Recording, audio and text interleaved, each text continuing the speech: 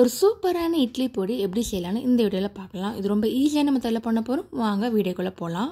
இந்த இட்லி பொடி வச்சு பொடி இட்லி பண்ணலாம், பொடி தோசை கூட பண்ணலாம். இட்லி பொடி பண்ணுறதுக்கு 1 டம்ளர் உளுத்தம்பருப்பு எடுத்துக்கோங்க. இப்போ இதை ட்ரை ஃப்ரை பண்ண போகிறோம்.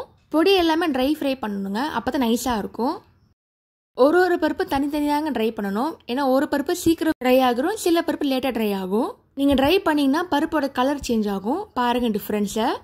இப்போ நெக்ஸ்ட்டு வந்து கடலை பருப்பு 1 டம்ளர் ஆட் பண்ணுறோம். இது நல்லா ஃப்ரை பண்ணிக்கோங்க. கலர் சேஞ்ச் ஆகும். கலர் சேஞ்ச் ஆனதுக்கப்புறமே தனியாக எடுத்து வச்சுக்கோங்க.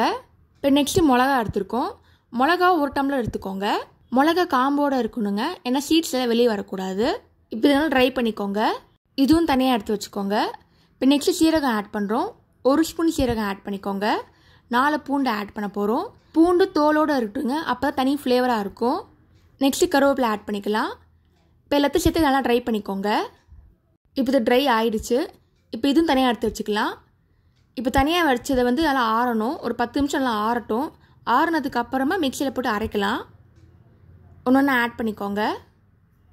மிக்சியில் அரைக்கும் போது நல்லா ஒன்றும் பாதியமாக இருக்கணும், அப்போ தான் நல்லாயிருக்கும் டேஸ்ட்டு. இல்லைன்னா நைஸாக கூட அரைச்சிக்கலாம், உங்கள் ப்ரிஃபரன்ஸ் பொறுத்து இருக்குது. நெக்ஸ்ட்டு பெருங்காயம் ஆட் பண்ணுறோம். நல்லா கொஞ்சமாக ஆட் பண்ணிக்கோங்க. ஃபைனலாக தேவையான அளவு உப்பு ஆட் பண்ணிக்கோங்க.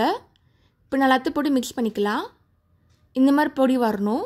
அவ்வளோதாங்க, இட்லி பொடி தயாராகிடுச்சு. நீங்களும் ட்ரை பண்ணி பார்த்துட்டு எப்படி இருக்குன்னு சொல்லுங்கள். இந்த மாதிரி சிம்பிள் ரெசிபியில் யூடியூப் சேனல் போட்டிருக்கேன், அதையும் மறக்காமல் செக் பண்ணி பாருங்கள். தேங்க்ஸ் ஃபார் வாட்சிங். லைக் பண்ணுங்கள், ஷேர் பண்ணுங்கள், சப்ஸ்கிரைப் பண்ணுங்கள்.